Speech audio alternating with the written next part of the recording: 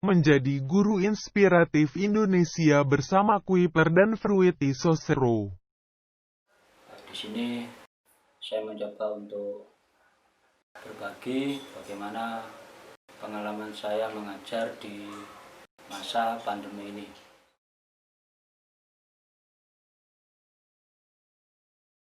Jadi saya mulai dari Januari 2020 di jurusan kami, yaitu jurusan multimedia, itu sudah membagi jam untuk KBM pada Juli 2020.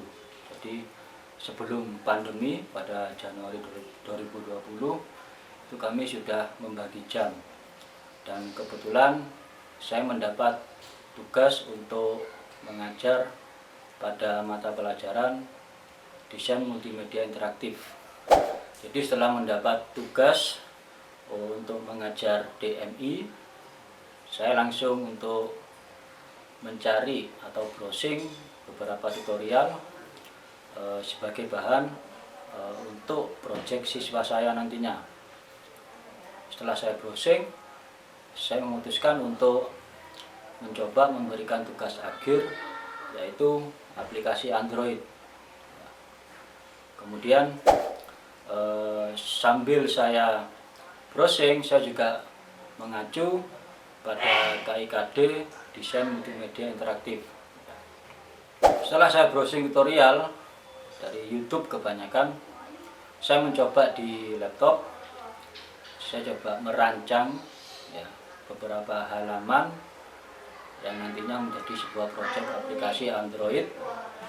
Sambil saya belajar di laptop, saya rekam kegiatan saya agar nantinya bisa saya edit dan saya jadikan panduan untuk saya upload di YouTube. Setelah tutorial atau panduan dalam bentuk video sudah di-upload di YouTube, saya membuat folder khusus yang ada di Google Drive saya, di mana folder tersebut sebagai meja kerja saya yang nanti bisa diakses oleh siswa.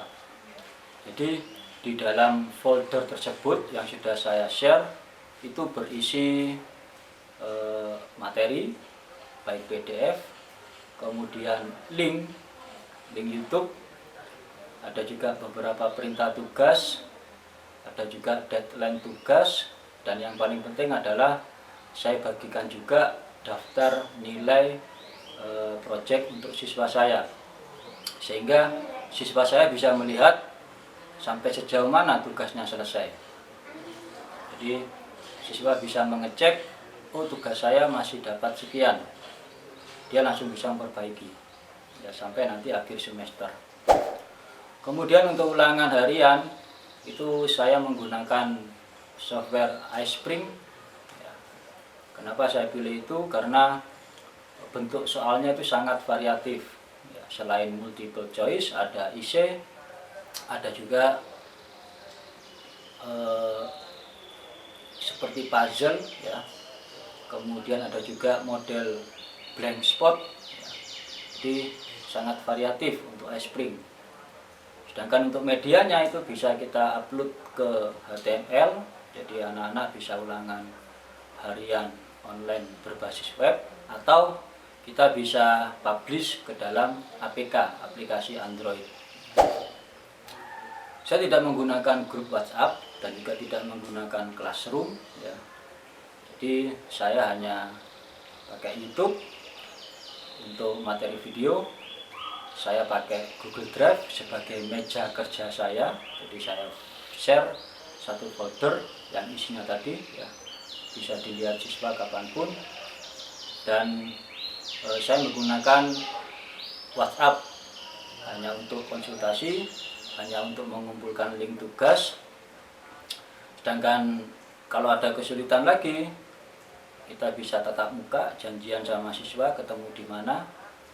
Kemudian alternatif yang lain, saya menggunakan remote, saya menggunakan aplikasi TeamViewer supaya saya bisa meremote laptop siswa dan mencari kesalahan mengapa project siswa itu error atau siswa ada kesulitan apa, saya bisa langsung remote ya, menggunakan aplikasi TeamViewer. Jadi selain saya men-share meja kerja saya di Google Drive, masing-masing siswa juga saya haruskan untuk membuat satu folder yang di-share ke saya, di mana folder tersebut merupakan hasil project siswa ya. Jadi meja siswa, loker siswa, di mana isinya adalah project siswa. Jadi ketika siswa sudah selesai mengerjakan, dia tinggal WA saya, Pak saya sudah, kemudian saya menuju link Google Drive siswa tersebut, saya download projectnya, saya koreksi ya. Kemudian selama 1 semester ini saya meyakini bahwa seperti paket data, kemudian laptop atau sarana lain itu saya pikir bukan hambatan utama ya. Dan jadi hambatan utama menurut saya pribadi adalah gimana karakter anak tersebut masih banyak yang meremehkan dan juga tidak berkoordinasi dengan teman-teman yang lain. Kemudian untuk sanksi atau shock terapi yang saya berikan itu pada semester ganjil kemarin ada sekitar 15 anak dari 70 anak ya, 2 kelas yang saya ajar. Itu saya beri shock terapi di mana nilai rapotnya saya kasih 5 ya. Nilai yang sangat kecil, jauh dari KKM yaitu 80. Jadi saya beri nilai 5. Kemudian di daftar nilai saya itu saya hapus nama anaknya. Daftar nilai untuk semester berikutnya, semester genap itu saya hapus. Jadi itu sanksi atau shock terapi yang coba saya berikan kepada siswa di mapel saya, dan juga saya berkoordinasi dengan wali kelas bagaimana caranya supaya siswa yang belum tuntas itu bisa mengejar ketertinggalannya ya. Jadi kerjasama dengan wali kelas sangat penting.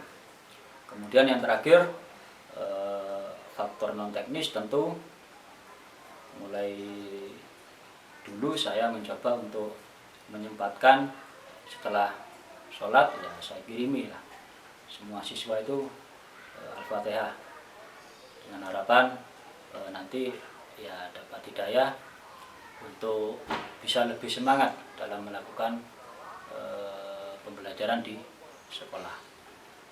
Sekian pengalaman atau sharing dari saya, semoga bermanfaat.